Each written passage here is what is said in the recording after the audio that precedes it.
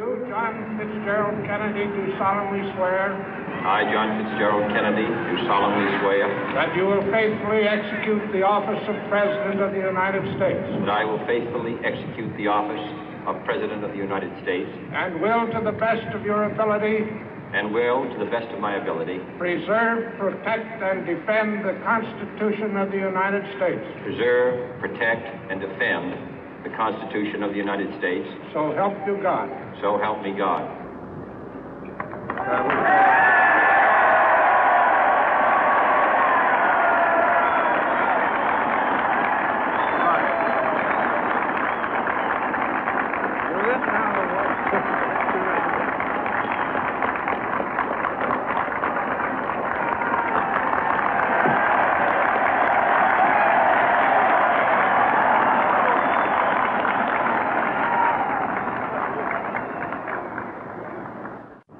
Vice President Johnson, Mr. Speaker, Mr. Chief Justice, President Eisenhower, Vice President Nixon, President Truman, Reverend clergy, fellow citizens.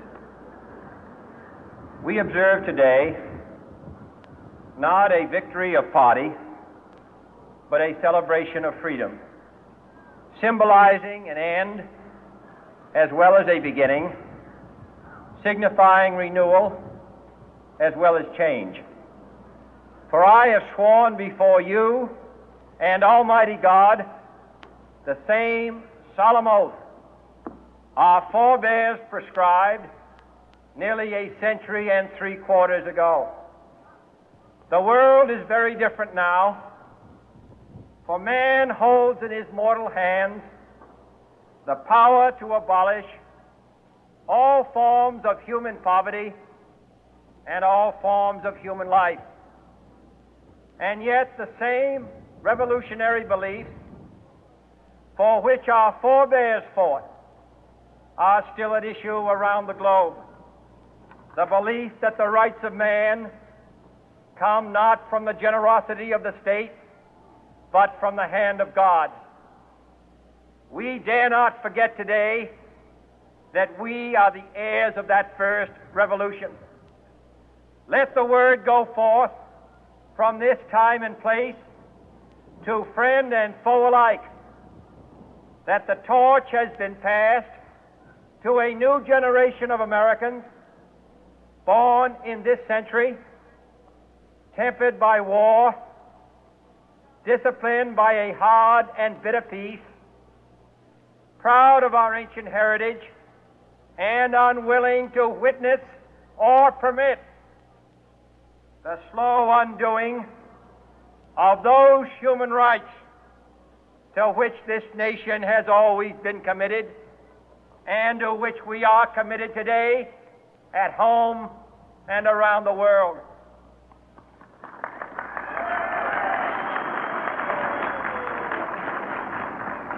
Let every nation know, whether it wishes us well or ill, that we shall pay any price, bear any burden, meet any hardship, support any friend, oppose any foe to assure the survival and the success of liberty.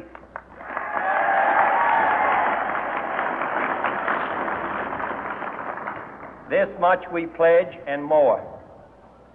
To those old allies whose cultural and spiritual origins we share, we pledge the loyalty of faithful friends. United, there is little we cannot do in a host of cooperative ventures. Divided, there is little we can do, for we dare not meet a powerful challenge at odds and split asunder. To those new states whom we welcome to the ranks of the free, we pledge our word that one form of colonial control shall not have passed away merely to be replaced by a far more iron tyranny.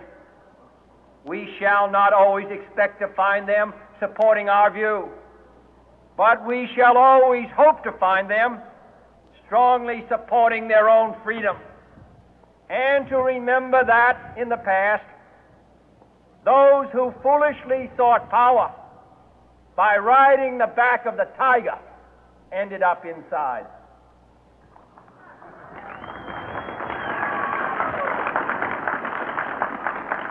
To those people in the huts and villages of half the globe struggling to break the bonds of mass misery, we pledge our best efforts to help them help themselves for whatever period is required, not because the communists may be doing it, not because we seek their votes, but because it is right.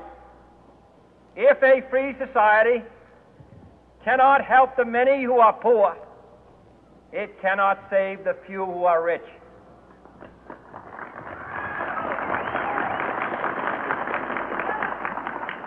To our sister republics south of our border, we offer a special pledge to convert our good words into good deeds, in a new alliance for progress, to assist free men and free governments in casting off the chains of poverty. But this peaceful revolution of hope cannot become the prey of hostile powers. Let all our neighbors know that we shall join with them to oppose aggression or subversion anywhere in the Americas. And let every other power know that this hemisphere intends to remain the master of its own house.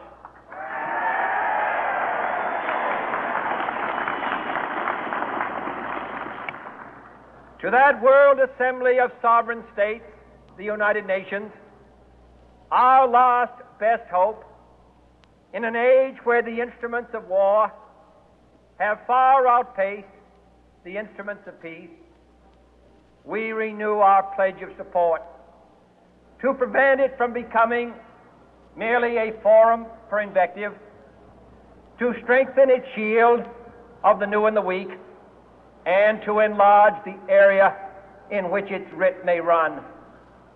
Finally, to those nations who would make themselves our adversary, we offer not a pledge, but a request that both sides begin anew the quest for peace. Before the dark powers of destruction, unleashed by science, engulf all humanity in planned or accidental self-destruction, we dare not tempt them with weakness, for only when our arms are sufficient beyond doubt can we be certain beyond doubt that they will never be employed. But neither can two great and powerful groups of nations take comfort from our present course, both sides overburdened by the cost of modern weapons, both rightly alarmed by the steady spread of the deadly atom, yet both racing to alter that uncertain balance of terror that stays the hand of mankind's final war. So let us begin anew, remembering on both sides that civility is not a sign of weakness, and sincerity is always subject to proof. Let us never negotiate out of fear, but let us never fear to negotiate.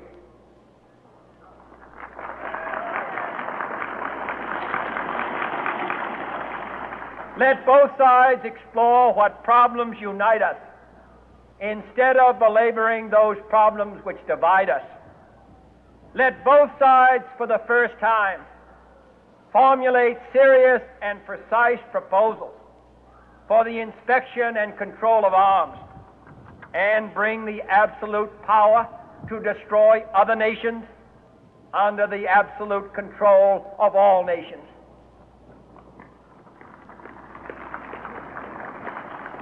Let both sides seek to invoke the wonders of science instead of its terrors. Together, let us explore the stars, conquer the deserts, eradicate disease, tap the ocean depth, and encourage the arts and commerce. Let both sides unite to heed in all corners of the earth the command of Isaiah to undo the heavy burden and let the oppressed go free. And if a beachhead of cooperation may push back the jungle of suspicion, let both sides join in creating a new endeavor, not a new balance of power, but a new world of law, where the strong are just and the weak secure and the peace preserved. All this will not be finished in the first 100 days, nor will it be finished in the first 1,000 days, nor in the life of this administration, nor even perhaps in our lifetime on this planet. But let us begin.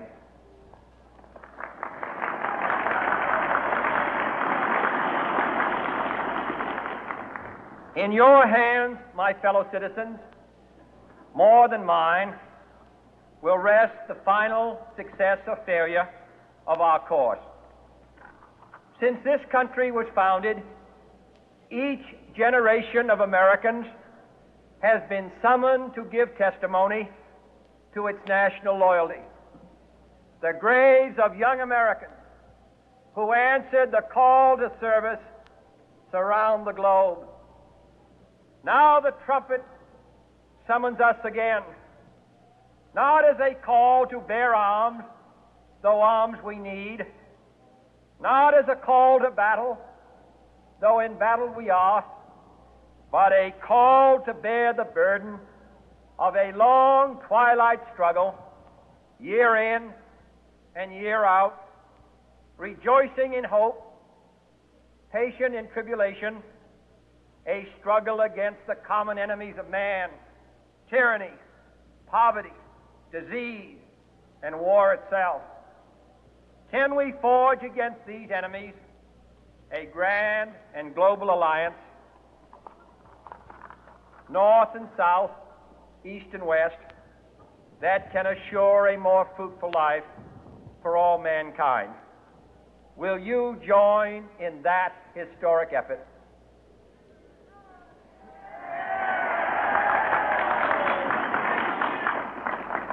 In the long history of the world, only a few generations have been granted the role of defending freedom in its hour of maximum danger. I do not shrink from this responsibility. I welcome it.